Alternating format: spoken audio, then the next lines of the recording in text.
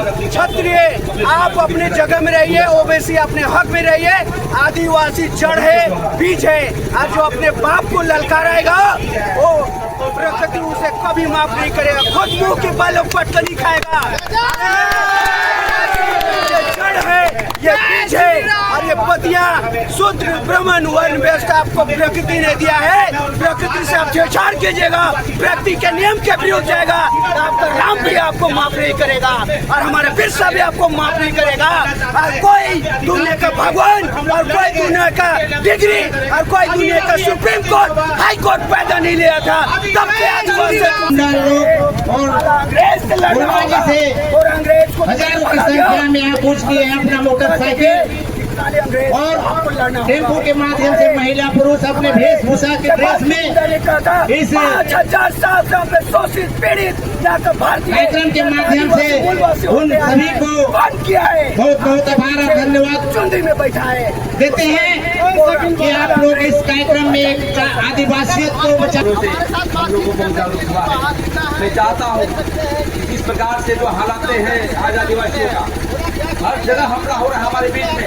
कोई पेशा कानून के विरोध में केस करता है, कोई हमारे संविधानिक अधिकार के लिए करने के लिए बात नहीं करता है। तो इसी तरह जिस प्रकार से आप राम भगवान दुनिया को छोड़ के प्रकृतिवादी आदिवासी के घर में बना लेता है, इससे जाहिर होता है कोई दुनिया में उनको सुकून नहीं मिला, लोकतंत्र का उदाहरण कहीं नहीं मिला। तो हमारे राम भगवान भी आदिवासी के घर में बना लेते हैं। तो कौन होते हैं सुप्रीम कोर्ट, हाई कोर्ट और संविधान आप हमें परिभाषित करने वाले आदिवासी को?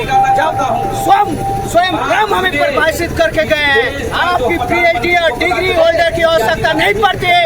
एक आदिवासी खुद जन्म से आदिवासी है, और उनके आदिवासियत को ललकारने की आपको कोई जरूरत नहीं। डिग्री होल्डर हो, आप अपने जगह रहिए, अन्यथा आदिवासियत ऐसा इतिहास बनाएगा कि कई नस्ल और बाप दादाएं आपका भूल जाएंगे कि हमारा इतिहास और आपका इतिहास क्या होती है। इसीलिए मैं कहना चाहूँगा, जिस प्रकार कहा जाता है आदिवासी का मीनिंग क्या होता है, तो मैं उनका कहूँगा ये जड़ है आदिवासी, और ये पत्ते हैं शूद्र ब्राह्मण दुनिया में है। आदिवासी हमेशा रहेगा, हमेशा रहेगा। अखंड भारत का हमने आदिवासियत का उदाहरण देके गया है, और इसको ललकारेगा। प्रकृति को जो छेड़छाड़ करेगा वो अपने नाश को देखेगा, वो अपने अंत को देखेगा।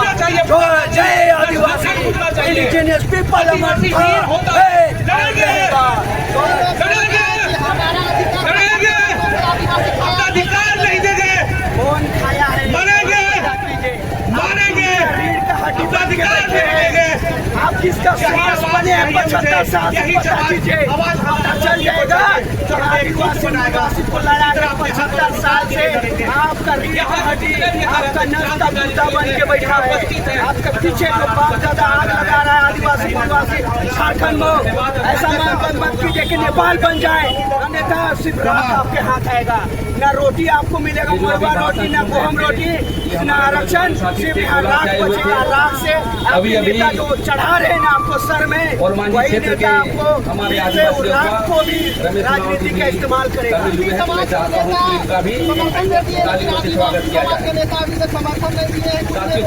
हमारा मार्च चलेगा। मैं बोला उससे पहले कौन है आदिवासी मूलवासी को लड़ाने के पीछे कौन है?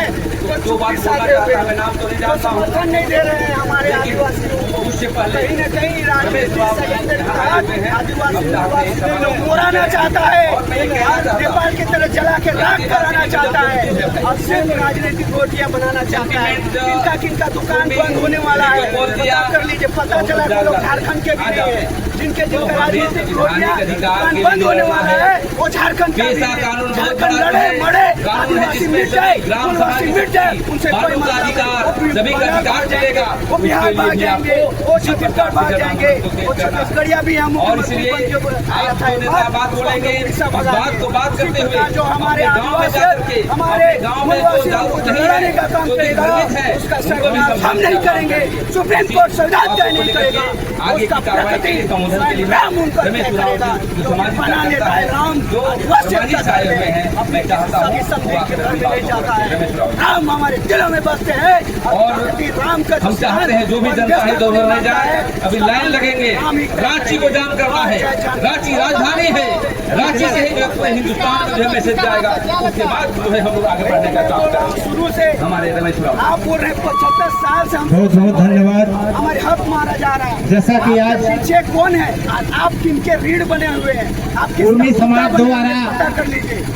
गलत तरीके से ऐसे हमको लगता है आदिवासी की सूची में सूचीबद्ध होने के लिए आंदोलन चला रही है। आपके पीछे कौन है, रेल रोको, हमारे जहर छेको महाराज इत्यादि कार्यक्रम चला रहे, उसके विरोध में और आज यहाँ पर हम लोग पता कीजिए आदिवासी के विभिन्न संगठनों के द्वारा उपस्थित हुए हैं, जो कि आदिवासी के चट्टानी एकता के साथ हम लोग एकत्रित हुए हैं।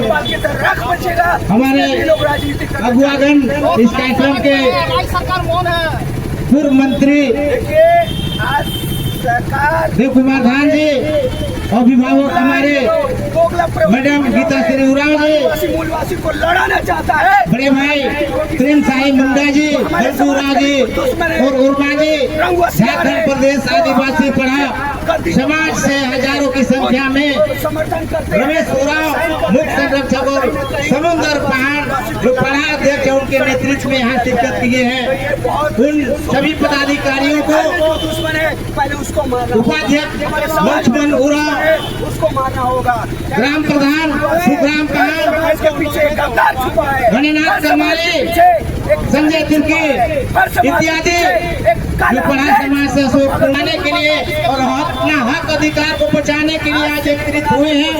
यहाँ पर उपस्थित झारखंड के कोने कोने से, रांची जिले से कोने कोने आए हुए हमारे क्रांतिकारी आदिवासी नेतागण भाई बंधु और बहने सभी को प्यार करता हूँ।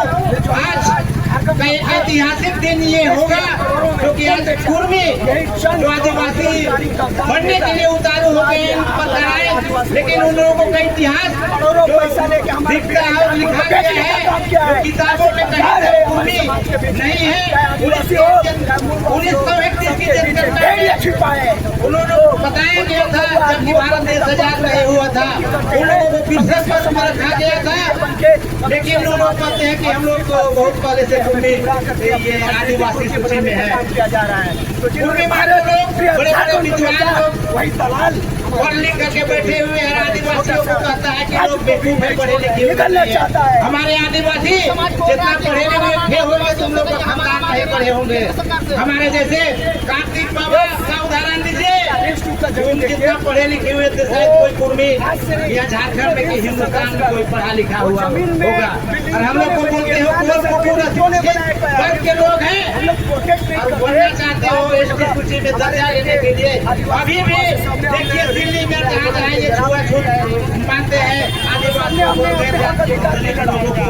और 1913 की जो बात करते हैं कि हम 1913 में हम लोग को एसटी सूची में शामिल थे, उसका इतिहास बताइए ना भाई। अब ये भारत देश आजाद होने के बाद गाँव में घर में घुसेगा, देश में घुसेगा, कभी से नहीं करेंगे। हमारे राज्य में हमारे भारत सरकार कर इसलिए हम दोबारा सूची में रखा गया है, आदिवासी में नहीं रखा गया है। और 1992 में भारत में सबसे पहली बार मिल के लड़ेंगे कैटेगरी के सूची जो हुआ था स्थानीय नीति उसमें हम लोग हम लोगों को रखा गया है।